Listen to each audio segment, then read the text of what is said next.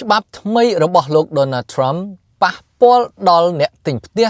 ដែលជាជនអន្តោប្រវេសន៍ហើយនឹងអ្នកដែលចូលមកធ្វើការខាងផ្នែកបច្ចេកវិទ្យានេះបើយោងទៅតាមសារព័ត៌មាន Macon Telegraph ដែលចេញផ្សាយនៅថ្ងៃទី25 ខែតុលាប្រធានាធិបតី Donald Trump បានកំណត់អំពីប្រាក់កម្ចីប្រភេទ FHA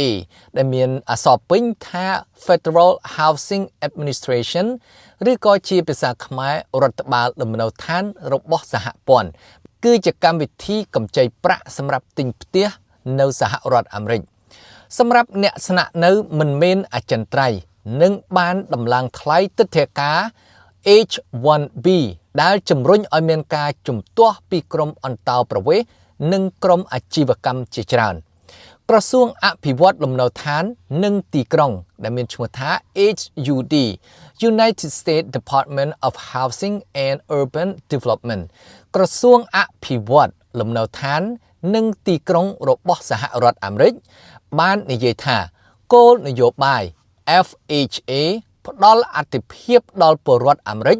និងអ្នកស្នាក់នៅអចិន្ត្រៃយ៍ក្រុមហ៊ុនស្រាវជ្រាវនិងប្រឹក្សាយោបល់លោក John Burns បានរាយការណ៍ថាប្រាក់កម្ចីប្រភេទ FHA ដល់អ្នកស្នាក់នៅមិនមែនអចិន្ត្រៃយ៍បានធ្លាក់ចុះជាង 6% នៅក្នុងខែមេសាមកជិត0នៅពាក់កណ្ដាលរដូវក្តៅ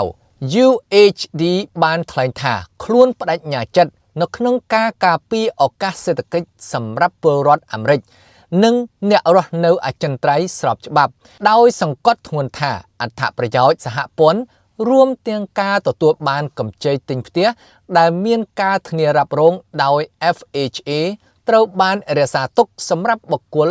ដែលមានបុគ្គលិកលក្ខណៈជាអ្នករស់នៅអចិន្ត្រៃយ៍ស្របច្បាប់លោក Alex Thomas អ្នកវិភាគផ្នែកស្រាវជ្រាវនិងប្រឹក្សាយោបល់របស់លោក John Burns បានថ្លែងថាប្រាក់កម្ចីទិញផ្ទះថ្មីរបស់ FHA ទៅឲ្យ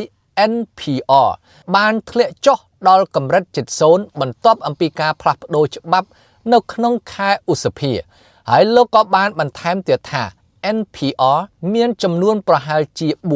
4% នៃបរិមាណប្រាក់កម្ចី FHA នៅទូទាំងប្រទេសនៅក្នុងឆ្នាំ2024ច្រើនជាងនេះគឺនៅក្នុងទីផ្សារមួយចំនួនជាពិសេសគឺនៅរដ្ឋ Florida នោះតែម្ដងលោក Thomas បានសរសេរថាការផ្លាស់ប្ដូរគោលនយោបាយក្នុងហេរញ្ញប្បទានលំនៅឋានច្រើនតែបង្ហាញយ៉ាងឆាប់រហ័សនៅក្នុងទិន្នន័យយើងក៏បានឃើញការកើនឡើងយ៉ាងឆាប់រហ័ស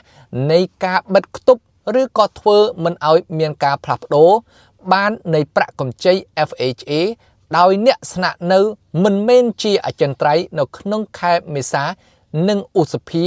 នៅពេលដែលអ្នកខ្ចីប្រាក់ NPR ប្រញាប់ប្រញាល់បិទឬក៏ធ្វើមិនឲ្យមានការផ្លាស់ប្ដូរបានប្រាក់កម្ចីរបស់ពួកគេមុនពេលដែលច្បាប់ថ្មីចូលជាធរមាននៅចុងខែឧសភាអ្នកសេដ្ឋកិច្ចបានព្រមានថាច្បាប់លំនៅឋានកាន់តែតឹងរ៉ឹងនិងថ្លៃទិដ្ឋាការខ្ពស់ជាងមុនអាចជំរុញឲ្យជនអន្តោប្រវេសន៍ដែលមានជំនាញចាកចេញពីសហរដ្ឋអាមេរិកអស់អ្នករិះគន់បានកត់សម្គាល់ថាវាអាចកំណត់ព្រំដែននៃកម្លាំងពលកម្មឯកទេសនៅក្នុងឧស្សាហកម្មដែលមានតម្រូវការខ្ពស់រដ្ឋបាលរបស់លោក Donald Trump បាននិយាយថាការផ្លាស់ប្ដូរទាំងនេះគឺការពារឱកាសការងារសម្រាប់កម្មករអាមេរិកនិងលើកកម្ពស់ស្តង់ដារអន្តោប្រវេសន៍និងការងារកាន់តែតឹងរ៉ឹងលោកស្រី Jenny Murray ប្រធាននិងជានាយកប្រតិបត្តិនៃវេទិកាអន្តោប្រវេសន៍ជាតិបានមានប្រសាសន៍ថាបទបញ្ជាប្រតិបត្តិនេះគឺរារាំងកម្មវិធីអន្តោប្រវេសន៍ស្របច្បាប់ដែលអាជីវកម្មអាមេរិកជាច្រើនពឹងផ្អែកជាមួយនឹងផលប៉ះពាល់ដែលផ្ដល់អត្ថប្រយោជន៍ដល់ជនជាតិអាមេរិកនិងសេដ្ឋកិច្ចរបស់សហរដ្ឋអាមេរិកអញ្ចឹងសរុបមកនៅក្នុងសារព័ត៌មាននេះគឺសំដៅទៅលើច្បាប់ថ្មីរបស់លោក Donald Trump ដែលហាមឃាត់សម្រាប់អ្នកទិញផ្ទះនៅក្នុងកម្មវិធីរបស់រដ្ឋាភិបាលឬក៏ឲ្យឈ្មោះថា FHA FHA គឺជាកម្មវិធីសម្រាប់កម្ចីប្រាក់ឲ្យប្រជាពលរដ្ឋរបស់សហរដ្ឋអាមេរិកនឹងទិញផ្ទះបានគឺប្រើទៅតាមកម្មវិធីមួយគេឈ្មោះថា FHA នោះកាលពីមុនអ្នកដែលមិនមែនជាជនជាតិអាមេរិកឬក៏អ្នកដែលមិនរស់នៅសហរដ្ឋអាមេរិកជាចិនត្រៃក៏អាចមានលទ្ធភាពឬក៏អាចមានសិទ្ធិទិញផ្ទះនឹងបានទៅតាមកម្មវិធីកម្ចីប្រាក់ FHA នោះផងដែរ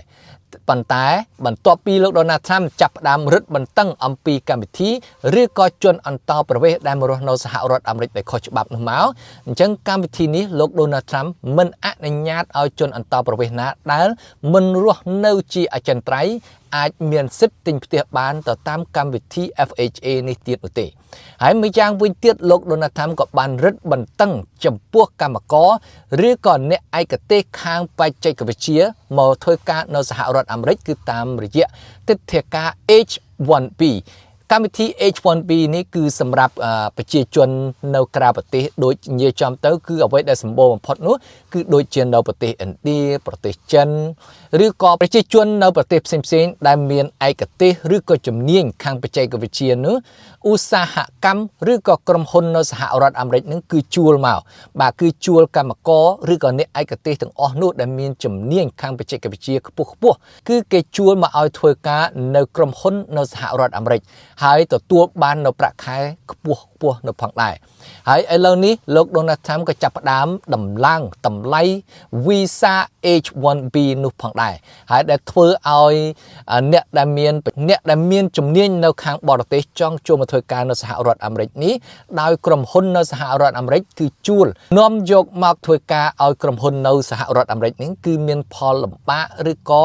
មានតម្លៃនឹងថ្លៃជាងមុនហើយនៅក្នុងគោលបំណងច្បាប់របស់រដ្ឋបាល Donald Trump នឹងគឺដើម្បីកាត់បន្ថយជនអន្តោប្រវេសន៍ដែលចូលមកធ្វើការខុសច្បាប់ឬក៏មករស់នៅខុសច្បាប់ហើយរក្សានៅការងារទាំងអស់នោះឲ្យពលរដ្ឋអាមេរិកបាទកុំឲ្យប្រជាជនអាមេរិកដែលរស់នៅដែលស្របច្បាប់ឬក៏ជនជាតិអាមេរិកកាំងនឹងគឺមិនខ្វះការងារធ្វើ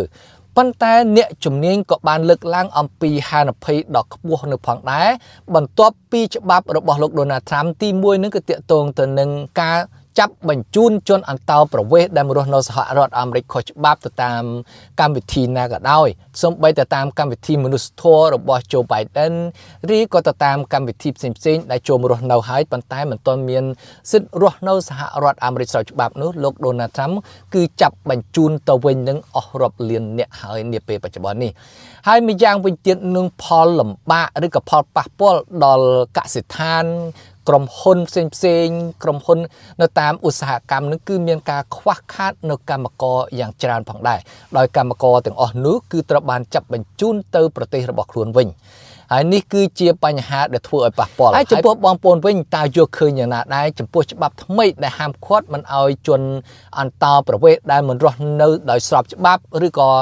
មកដោយខុសច្បាប់ហើយមានសិទ្ធិទិញផ្ទះទៅតាមរយៈកម្មវិធី FHA នោះកុំភ្លេចសរសេរ comment នៅខាងក្រោមដើម្បីជាការបញ្ចេញនៅយោបល់របស់បងប្អូនហើយជាចុងក្រោយបាទកុំភ្លេចជួយចុច subscribe ផង